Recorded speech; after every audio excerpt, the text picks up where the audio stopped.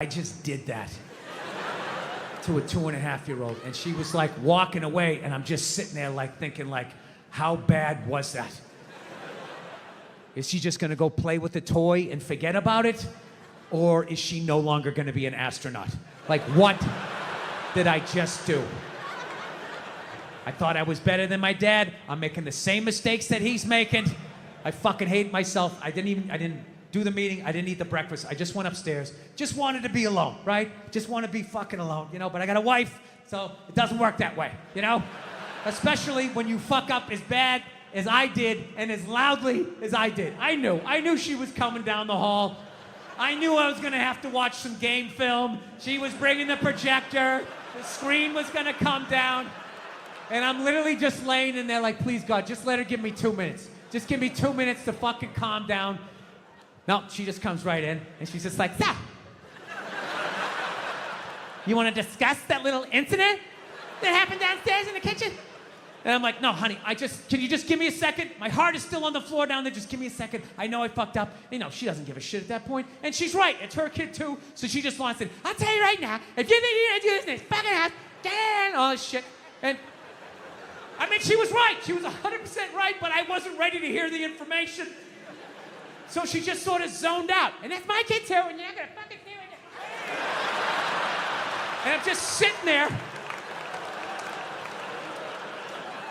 laying in the bed with the nerve to be upset with her. She didn't do anything. And I'm just staring at her mouth.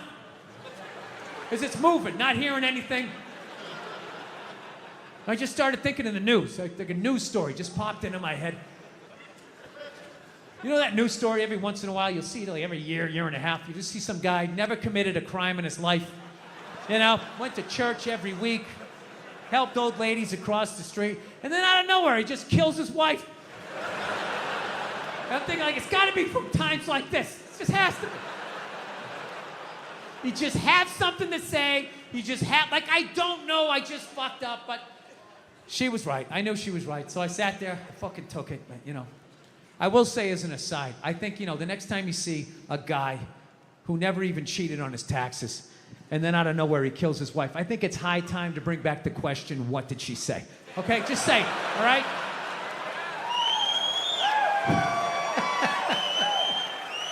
Examine the problem from 360 degrees.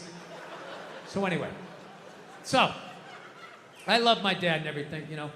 So, you know, there's things I want to improve on. So the great thing that I have done is my kids are not afraid of me.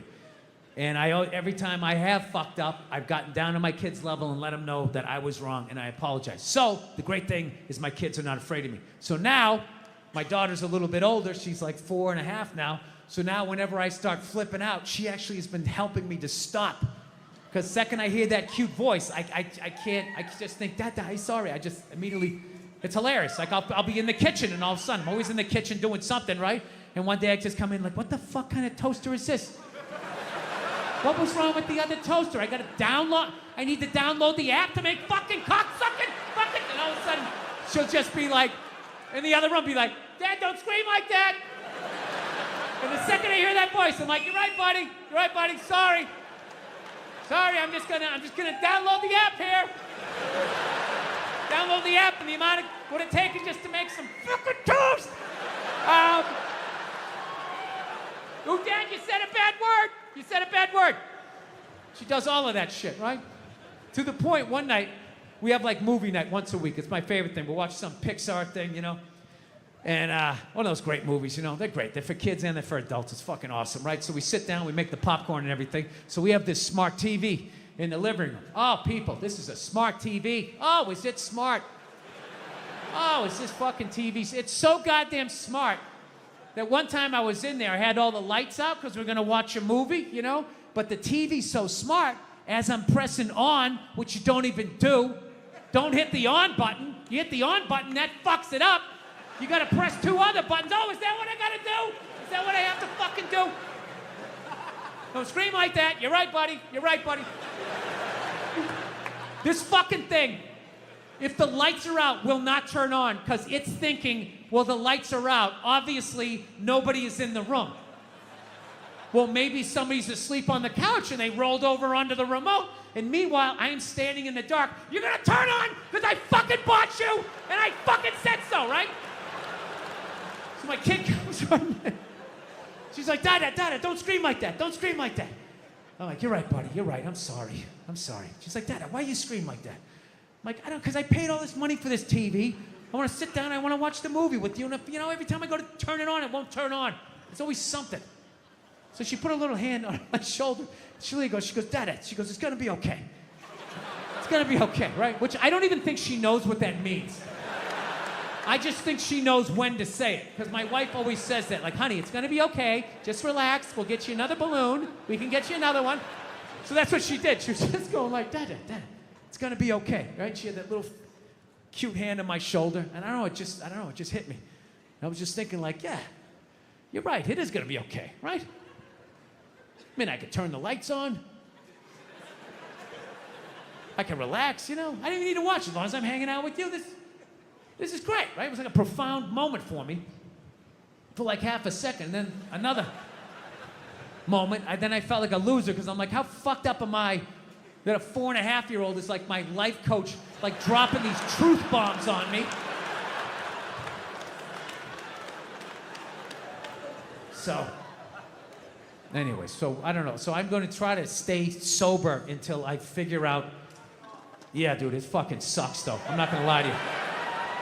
Just every day taking life in the face. Praying for sleep. Oh, God, make it end. I fucking hate these happy, sober people. It's amazing. I feel so alive. I have all this fucking energy. How long does that take, I drink a milkshake once a week. That's my big fucking thing. Have a root beer float. Oh, it's just sad.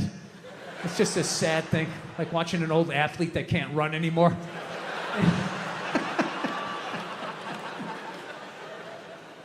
I used to day drink, man. It was great.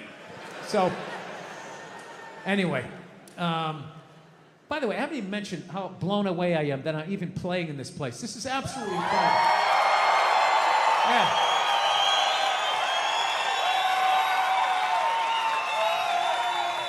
Hilarious. You stay up here for like an hour with this wind, your fucking lips get all chapped. It's like you're standing on the front of a boat. So anyways, let's end with a couple of silly ones here. We'll be on our way, right? Let's see what I did. All right, I'm doing good here. All right, so here's a good one for you. A couple years ago, before all this stupid fucking pandemic shit started, Mother Nature's half-assed attempt to get rid of the amount of people she needs to get rid of, just procrastinating, treating it like a term paper. I was in New York. I had an acting gig, all right? I was playing a fireman, all right? Now, I'm not the best actor, all right? Some of you saw it. I hope you paid for it, you cheap bastards. You all watched it for free, you bastards. So anyways, I'm not the best actor, so I have to look the part. So I grew this giant, fireman mustache, big, stupid fireman mustache, which looked great when I was wearing the whole fireman getup, and they put the fake dirt on my face. I looked like I had been fighting fires for 20 years, right? However, the second I took off the costume and they cleaned off my face and I put on my regular clothes, I immediately just looked like some sad old queen that never found love, right? And as luck would have it, I was in New York City in June, which I quickly found out was Gay Pride Month. The whole month. And let me tell you something, the gay guys show up strong. It is wall to wall. The fucking island is almost tipping over. There's so many of them. And I'm sitting there like going, oh my God, 30 days of this shit? I'm walking around with this orange Freddie Mercury fucking dick broom on my face. I am going to be getting harassed up and down the street. I was in actor shape, man. I was fucking shredded. I got to tell you something, man. When I tell you 30 days of June, not one gay guy even fucking looked at me. Forget about even hit on me. I have never felt so old and undesirable in my life.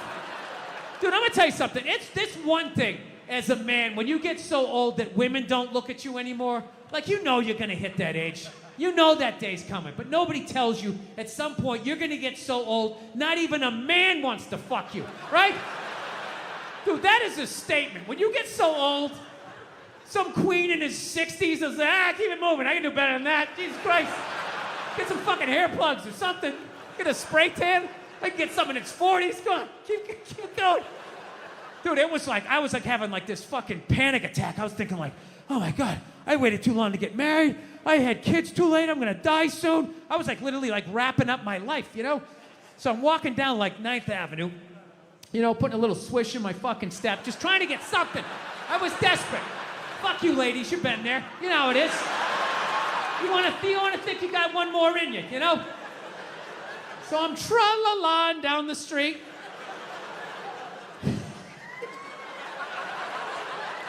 I really wish that wasn't the truth. So I'm going down 9th Avenue, and all of a sudden I looked up, and about 2 blocks away, all of a sudden I see this lesbian coming up the block, okay? Now I know this is Boulder, Colorado, right? So you guys are all like, fucking, hey man, you know? Like, how did you like know she was a lesbian, man? Like, that's not cool. You just looked at her, you just knew she was a lesbian? You don't know her. How do you just know somebody's a lesbian? Easy. The same way you do. The same way other lesbians do. It's not calculus. No, but I get it. I understand in 2021, you're not allowed to say you know what a lesbian looks like, right? Judging by your silence, yes, right? Yeah, you're not allowed, right? Well, it's funny, if some white kid came in here, like 20 years old, hair slicked back, collar popped, loafers, no socks, you'd be looking at him thinking like, all right, frat boy, date rapist, his dad's a judge, he's not going to jail. Yeah, just killed 5 people in a drinking and driving accident, already has a new Dodge Challenger on the way, right? Yeah, you're allowed to see that. That you can see, clear as day. Lesbian, I have no, but that's how progressive you guys are, right? You don't have any idea, right? Like, let's play a game. I'll just name different people you see and see the slides that come into your head, right? Construction worker, sports fan, painter, skateboarder, lesbian. Right? It all goes blank. Is that a lesbian? Am I I mean, I have gay friends, but I've never noticed any sort of a through line. Listen, people, I'm not saying all lesbians look alike. I would never say some ignorant shit like that. However, I am saying, though, every once in a while, there's a fucking layup. Right? Flat top, wallet chain, fucking walking up the street. Right? But even then, I'm not saying 100%, but gun to my head, I gotta go lesbian. Gotta go lesbian. Final answer, show me lesbian. Right? So, anyway, she's fucking walking up the street. I'm coming down, right? And it's clear to me that if we keep walking the way we're walking, we're gonna bump into each other. Now, I don't wanna bump into a woman. I don't wanna bump into anybody in New York, so I do the gentlemanly thing. I clock what's going on, so what I do is I just gradually shift over into my own lane. Now everything's fine, right? But then the weirdest thing happened. We walk like another 30 yards, and all of a sudden, she drifts back into my lane again. And I'm sitting there walking like, wow, that's kind of crazy. Thought I solved this problem. All right, so I fucking dip. Our housewarming party was supposed to signal a fresh start, a joyful toast to the home we'd built together through months of effort. Neighbors, colleagues, and friends packed into the living room, complimenting the layout, admiring the furniture, and offering their congratulations. I was chatting and laughing with some buddies by the kitchen counter when I noticed my wife walking back and forth, visibly agitated about something. I dismissed it, figuring hosting had simply worn her down. But the stiffness in her walk, the pointed looks she kept shooting in my direction, hinted at something far more serious simmering under her polished hostess exterior. I stepped in to help carry out more beverages, wanting to lighten her load. Rather than thanking me, she barked at me sharply enough that a nearby guest paused their conversation to look over. "Could you please stop embarrassing me tonight?" she muttered under her breath. Embarrassing her? I hadn't uttered a single word. The remark cut deep, but I remained composed, trying to defuse the tension. "I'm only trying to lend a hand," I answered gently. Her eyes rolled back, her irritation building. I had no idea then that a tiny flashpoint was about to set off something we could never reverse. Moments later, as everyone gathered in the living room, a colleague elbowed me playfully and teased that I'd officially entered the ranks of married homeowners. I chuckled and shot back a casual comeback. Before my words had even finished landing, my wife marched over, her eyes flaring with fury. Without any warning, she swung her hand and struck me across the face, hard enough to plunge the entire room into stunned silence. Every conversation halted, every glass hung frozen midair. Somebody gasped, and I stood frozen, my face stinging, my dignity crushed in front of everyone I knew. Shock swept through the room like a tidal wave. Nobody stirred. Nobody spoke. My wife glared at me with pure fury, as though I were the one at fault. All I had done was laugh at an innocent joke. But once she grasped what she'd actually done, once she caught the expressions of shock and disapproval on our friends' and co-workers' faces, her confidence began to crumble.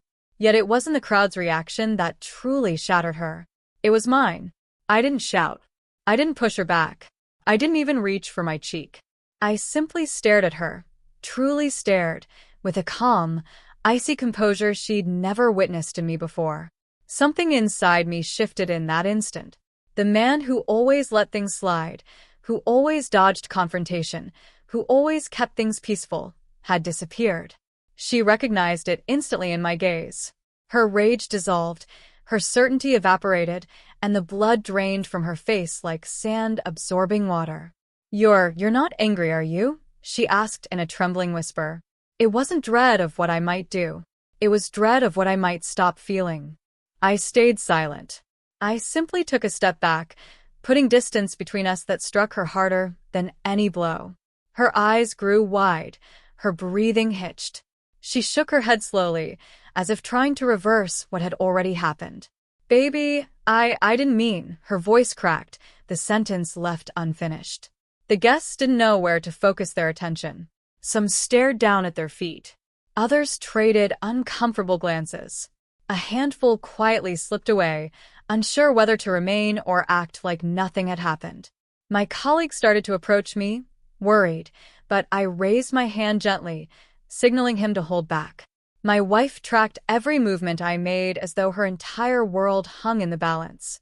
Her mouth opened, but nothing came out. She was understanding, moment by moment, exactly how badly she had crossed a boundary she could never undo. I turned and walked down the hallway, needing a minute alone to catch my breath. Behind me, the room buzzed with tension, murmured whispers, shuffling feet, and quiet bewilderment. Before I made it to the bedroom door, I heard her voice, faint, shaky, and full of desperation. "Please don't leave. Please." But I kept walking, not out of spite, not to make a scene, but because I needed room to breathe. I needed distance from the shame, the shattered trust, the blatant disrespect she'd shown me in front of everyone we cared about. Moments later, she burst into the bedroom, slamming the door shut behind her. Her mascara had run, tears streaking down her cheeks. "I'm so sorry," she cried, reaching toward me, then freezing when she realized I wasn't stepping closer. "I don't understand why I did that. I shouldn't have. I just lost control." She was shaking, her bravado gone, replaced by genuine terror. Not terror of what would happen next, but terror of losing me for good. She collapsed to the floor, sobbing, gripping the bed frame as though it were the only thing keeping her upright. "I love you," she whispered between sobs. I swear it, I love you. Please don't leave me. Please don't give up on us. Her voice shook, every word tumbling out in pure desperation. I stood there against the dresser, quiet, working through the hurt, the humiliation, and the growing realization that this relationship might be far more damaged than I had ever let myself believe. When I stayed silent, she inched closer, still weeping, still pleading. I know I humiliated you. I know I crossed a line I never should have. I know I wrecked tonight, but please, please don't walk away from us. Her voice had faded to almost nothing. She reached out for my hand, and for the first time since the slap, I met her gaze directly.